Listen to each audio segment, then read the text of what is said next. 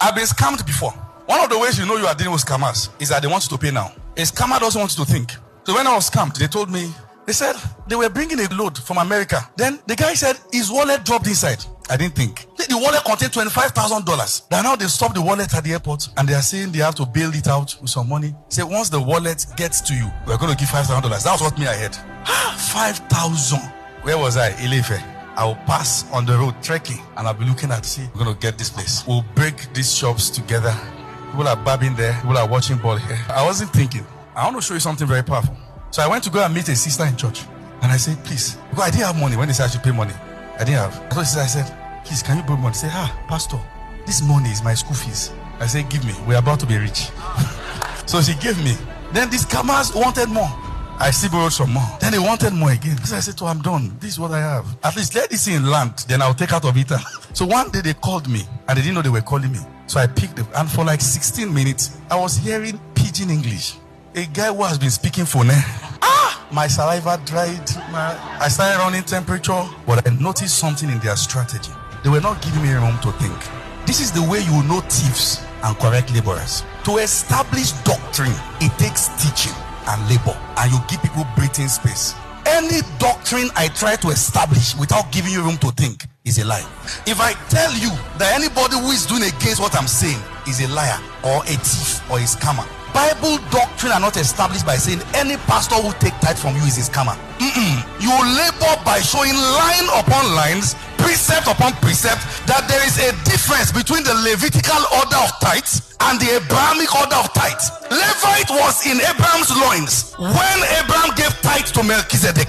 What was abolished was the law. We don't give tithes as a commandment. We give because we are blessed. Be careful of narratives. The body of Christ, many atrocities going on, needs correction. The reason why the corrective ministry of many are not accepted is because they are not correcting with the spirit of meekness. Let me give you an illustration. One of the things I had to learn when I got married is that if what I want to say, I want it to effect a change in my spouse, just say it in a way that she will understand. See, since the change is the goal, not hurting her, copy and paste bride of Christ. If change is the goal, you speak tenderly to Zion. When I came across this video by our man of God, when he shared his experiences about being scammed, I was laughing all through because this is my own take, right? People who get scammed, most of the times, not all, most of the times, is because they are greedy. They hear something and all they see is them making a profit. And so they foolishly buy into anything the other person was telling them. Because if you listen to someone talk and promises you so many things and tell you that this business I want us to get into is a business that you're going to make a profit 10 times more or 50 times more or 100 times more, and you ask yourself, is that even possible? Is that even possible? If you did that, then most of the time you will hardly be scammed. But when you hear about money and all you think about is how I'm going to make the profit, how much profit I'm going to make from this business, then my brothers and sisters, you will be scammed. You will be scammed. And I understand that our difficult situation in Africa has contributed to our desperation. All of us want to get ahead. We all just want to get ahead. And sometimes we are so blinded by this desperation that we fail to see the danger ahead of us. Example, disabled people who are being scammed by men of God. Men of God will promise them that they will heal them. Men of God will promise them that if they come to church, if they pray, if they fast, if they shower themselves in one holy product that has been produced by a man of God, they will get healed. Due to them being too desperate, they fall victim to the scam of the man of God. Some people who are poor in our society, who can barely survive, will go to church looking for a quick fix to their problems. They will meet men of God. Men of God will tell them, if you sow seed, the Lord will turn your story around. If you pay tithe, your story will change for the better. If you donate to this church program, the Lord will make sure that all your problems go away.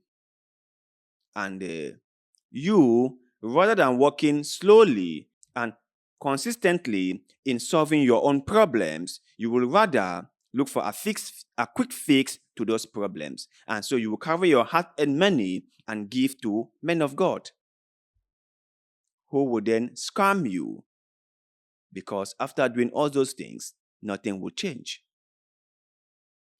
Desperation is pushing us into the hands of scammers. And there are scammers everywhere, not only on the internet, but also on the pulpit. Many men of God are scammers. Many of them, they are. They manipulate the Bible to serve their own agenda. They come on the pulpit not because they have love and sympathy for common people, but because they want to convince them into believing in whatever message they are pushing forward so that they can collect money from the members. Remember, first thing, you bring them close. Second thing, you brainwash them into believing in you. And third thing, you request them to give money to you. It's all just the same principle. It's the same thing. You meet people who are desperate. You meet people who are in a very difficult situation. You tell them what they want to hear. You give them a false doctrine. You tell them the Lord shall provide all your need according to his riches and glories in the Lord. You tell them, if you are poor now and you are unable to eat, it's because you are not serving the real God. It's because you not turn to God for solutions to your problem. It's because you are not paying your tithe or doing donations. Come to the house of the Lord and he shall save you. And someone who is desperate, someone who is not patient enough to walk through their own problems, will follow a man of God into the house of the Lord. And what happened next? Well, it will just be stories for another day, right? That is just it. So, my brothers and sisters, you guys have to be very careful with people who are trying to take you for a fool. You guys have to be very careful with people who promises you quick fix to your problems. Everything takes time. Life is way more difficult than you ever think. In order for you to achieve anything significant in life, you have to work really, really hard. And when any person promises you any quick fix to your problem, promises you a quick solution to your problem, that person is fooling you. That person is scamming you. That person is doing this with a behind motive. And that person is not being honest with you. Pay heed to the signs and warnings. Do not let yourself be cheated. Do not let yourself become a victim of any person. Do not. Do not. I understand things are hard. I understand things are difficult. But if you try your best, if you get up in the morning and ask yourself, what can I do to make my life better in the nearest future? What must I do to help myself? In this area of social media, I tell people all the time, we are so blessed to find ourselves in this area, in this time. Because with the invention of social media, there are a lot of things we can do. If you have a smartphone and you have access to internet, just go out there and take videos of anything and post on social media, people will watch. Videos of cars, videos of dogs, videos of animals, anything, just take and post. People will watch. And when people watch a lot, the social media companies will pay you for it.